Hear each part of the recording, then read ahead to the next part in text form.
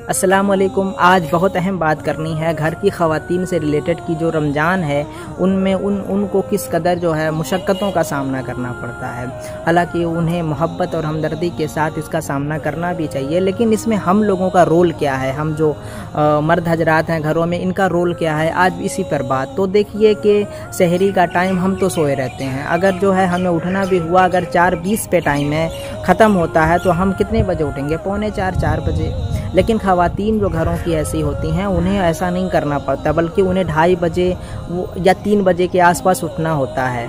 वो डिपेंड करता है परिवार पे। अगर परिवार बड़ा है तो उनको और पहले उठना पड़ेगा, और अगर परिवार छोटा है तो उनको फिर राहत मिल जाती है थोड़ा सा।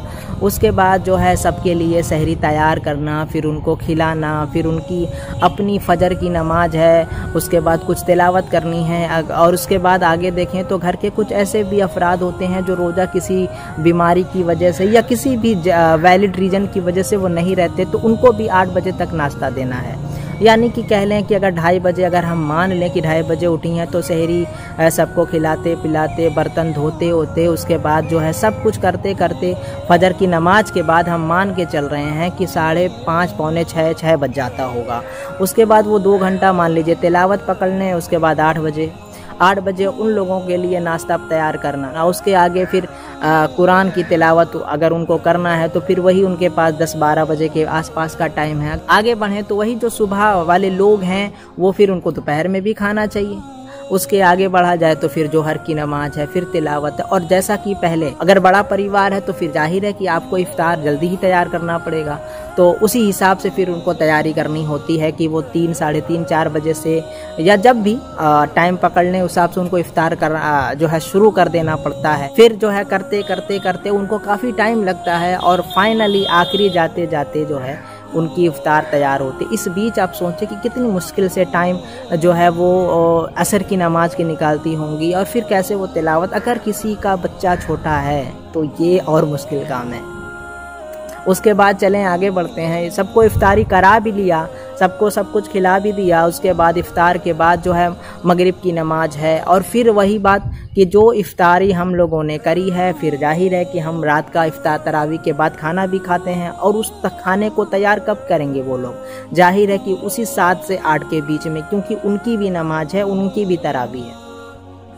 उसके बाद सबको खिला पिला करके अगर हम मान लें बर्तन धोते होते सब करते होते मैनेज करते होते 11 बज जाता है। फिर कब सोएंगी, कब उठेंगी? सवाल इस है। मतलब शायद मैंने बहुत बढ़ा चढ़ा के बताने की कोशिश करी है, अगर आप ध्यान लगाएंगे तो हो सकता हो मैंने कुछ बढ़ा के बात करी हो, लेकिन मुझे कुछ कम कर लें फिर भी उनको आसानी नहीं होती है रमज़ान में।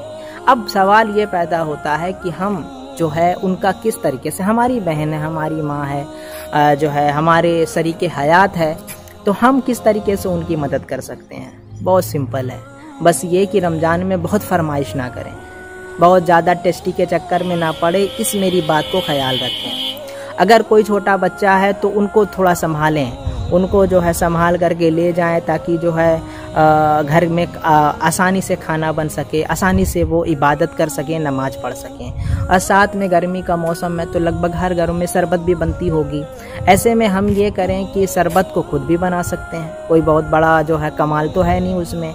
उसी के साथ पकौड़ी कचौड़ी के लिए चटनी भी बनती है बहुत सारे घरों में, हालांकि अब तो रेडीमेड आने लगी है, लेकिन अगर जिन घरों में बनती है तो उसे भी आप बना सकते हैं। कहने का मतलब ये देखें कि जो काम हम कर सकते हैं उसे ज़रूर कर दें, और इससे जो है हमारी नाक छोटी नहीं हो जाएगी, इससे हमारी अना को ठेस नहीं पहुंचने वाली। हुजूर सल्लल्लाहु अलैहि वसल्लम हज़रत आयशा रज़ियल्लाहु ताला अन्हा को कंधे पे बैठा के खेल दिखाते थे, अगर आप सीरत पढ़ें तो मालूम चलेगा। तो हम भी जितना हो सके, भाई वो भी मुसलमान है, हम जितना हो सके इस रमज़ान में उनकी मदद करें, ज़्यादा ख्वाहिश ना करें। अगर खाने में नमक ज़्यादा हो गया, कुछ टेस्ट कम रह गया, तो ऐसा ना हो कि उन पे चढ़ बैठें, बल्कि मेरी ये बातों को ख्याल रखें और जो है उनके साथ हमदर्दी से पेश आएँ। इससे हमारी इज्जत उनके दिलों में और बढ़ जाएगी। तो उम्मीद है कि मैं अपनी बात को रखने में और समझाने में कामयाब हुआ हूँगा। अल्लाह ताला मुझे समझने की तौफीक दे और आप सबको भी इसको समझने की तौफीक दे। मिलते हैं नेक्स्ट वीडियो में। अस्सलाम वालेकुम।